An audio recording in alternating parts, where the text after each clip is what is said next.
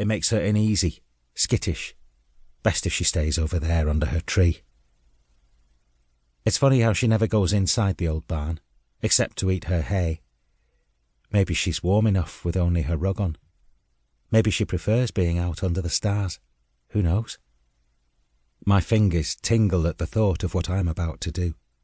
I stretch them, loosening them up, ready to create my masterpiece.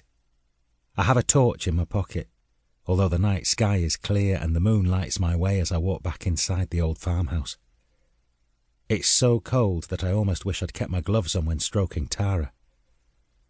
The shelter from the slight breeze that carries a promise of morning frost with it is welcome. The prone figure on the floor looks up at me, struggling against the ties. I don't know why they bother. I really don't. All they do is hurt themselves even more and make the ties tighten around their wrists. Not that I care. I block out their demeaning pleas and busy myself getting things set up. This one came round quicker than the others, and that suits me. The sooner I get this done, the sooner I can dump him. Moving with speed, I pull on a white overall and a pair of nitrile gloves. No point leaving any trace evidence for the police, is there? The traditional razor I've opted for is sharp, much more precise, and it fits so well in my palm. It's as if it was made specially for me. I approach him, savouring how his eyes widen and his squirming increases as I near.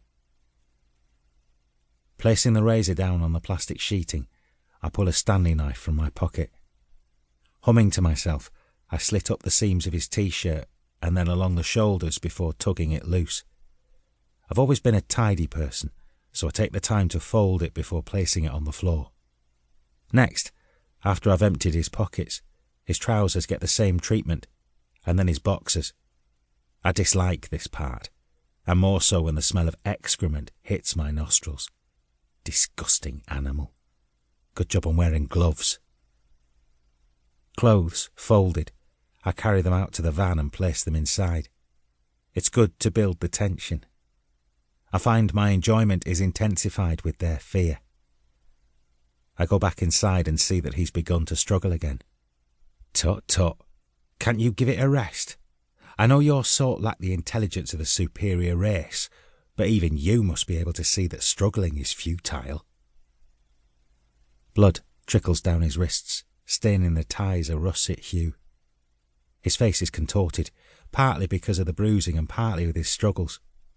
I lift the razor and hold it in front of him. His eyes fill with terror, and I laugh, enjoying the fact he doesn't know what I'm going to do with it. I lift an aerosol and spray shaving foam over his genitalia. He's really panicking now. His skin's all mottled and goosebumpy with the cold. Happy, I begin my task. Save your screaming for later. This is the easy bit. Saturday. Chapter 2. 0900 Bradford Royal Infirmary Mortuary. Dr. Gus McGuire had lined up the post-mortem findings on the large screen in the morgue and was studying images of the tattoos that had been found on both Azim Farouk and Manish Parmar. His son, Detective Inspector Gus McGuire, had been handed the case when the second body was discovered. 2 bodies in the space of a fortnight, both displaying the same tattoo on their groin, made it a case for Angus's specialist team. Neither tattoo showed any finesse, although the swastika was clearly discernible. Bruising around the area indicated they'd been applied ante-mortem. Such a waste. Dealing with death was the pathologist's job, and Fergus loved it. He loved the science of it all, the feeling his work could provide answers for the grieving families. Sometimes he could not get his head around the evil that existed in society. This was one of those times. He glanced at his son, who was also studying the images, and sighed. Angus was wan, and his eyes, normally so blue, seemed dull, almost lifeless. It seemed to Dr. McGuire he was treading on thin ice with him at the moment.